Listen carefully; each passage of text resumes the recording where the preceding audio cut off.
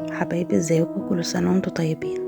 كنا عملنا مع بعض الكحك والقرايش بطريقة بسيطة والنتيجة حلوة جدا. النهاردة هنعمل مع بعض البسكوت النشادر.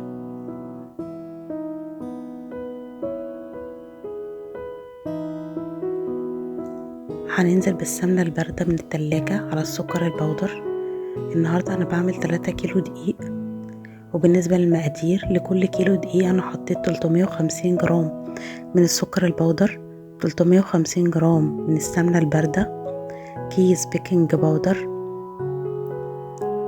بما يعادل معلقة كبيرة مليانة، تلت كوب لبن، تقريبا 10 معالق كبار، ومعلقة كبيرة من النشا، ومعلقة كبيرة من النشادر، وأربع بيضات، ومعلقة صغيرة فانيليا.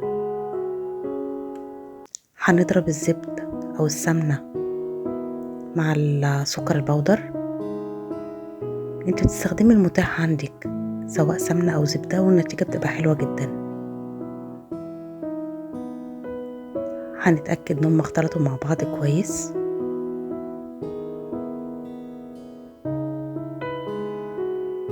واللون بدأ يفتح ابيض شوية.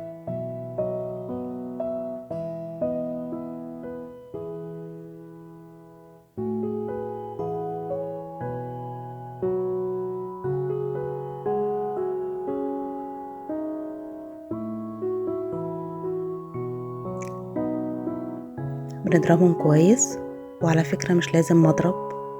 ايام زمان كانوا اهالينا بيعملوا من غير ولا سكر بودر ولا مضرب، والنتيجة كانت بتبقى احسن كمان من دلوقتي. انا نزلت ب12 بيضة لان دول 3 كيلو. هنضربهم كويس لغاية لما البيض يختفي.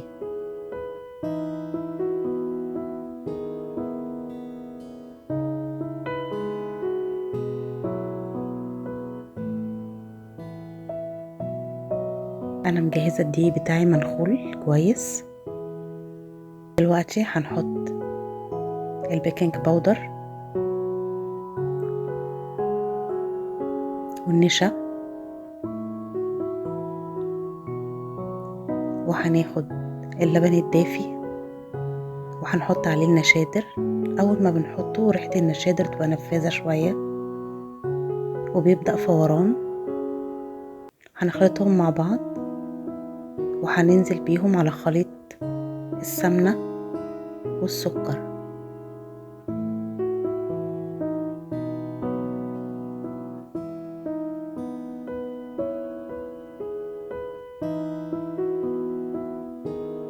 بقى فيه زي رغاوي كده على الوش، ده من تفاعل النشادر. هننزل بيهم على الدقيق.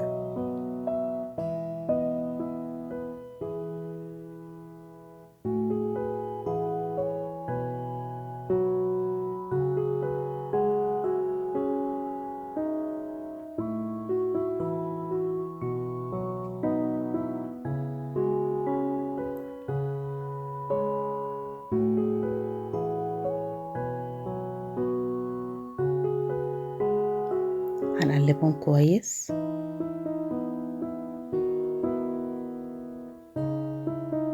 وبصراحة أنا بحب في العجن استخدم ايدي، بحب احس بملمس العجين.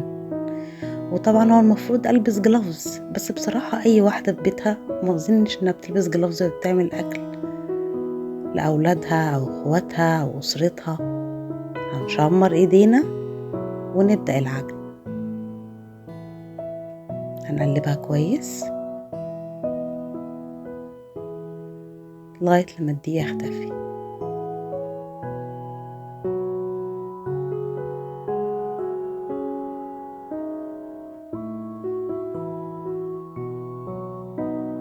اجمل حاجة في البسكوت انه سريع في كل حاجة، سواء في عجنه او في خبزه.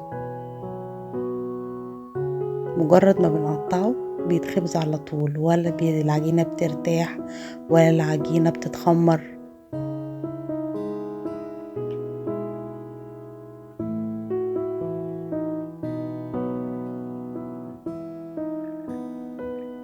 كده الدقيق بدأ يختفي معانا.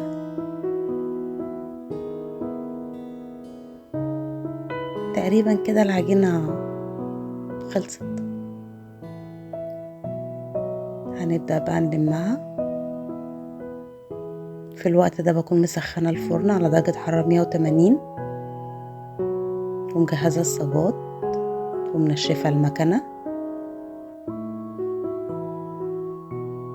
عشان نبدأ نخبز.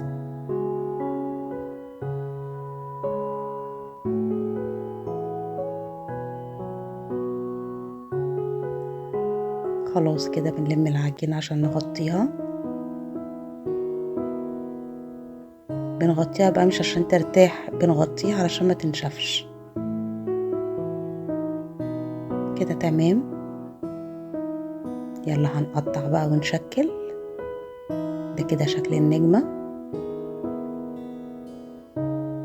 ودي التسوية المظبوطة. بسكوتة مقرمشة حلوة جدا. دول الشكلين اللي انا عملتهم. ده الشكل التاني. تسوية مثالية. كل سنة وانتم طيبين.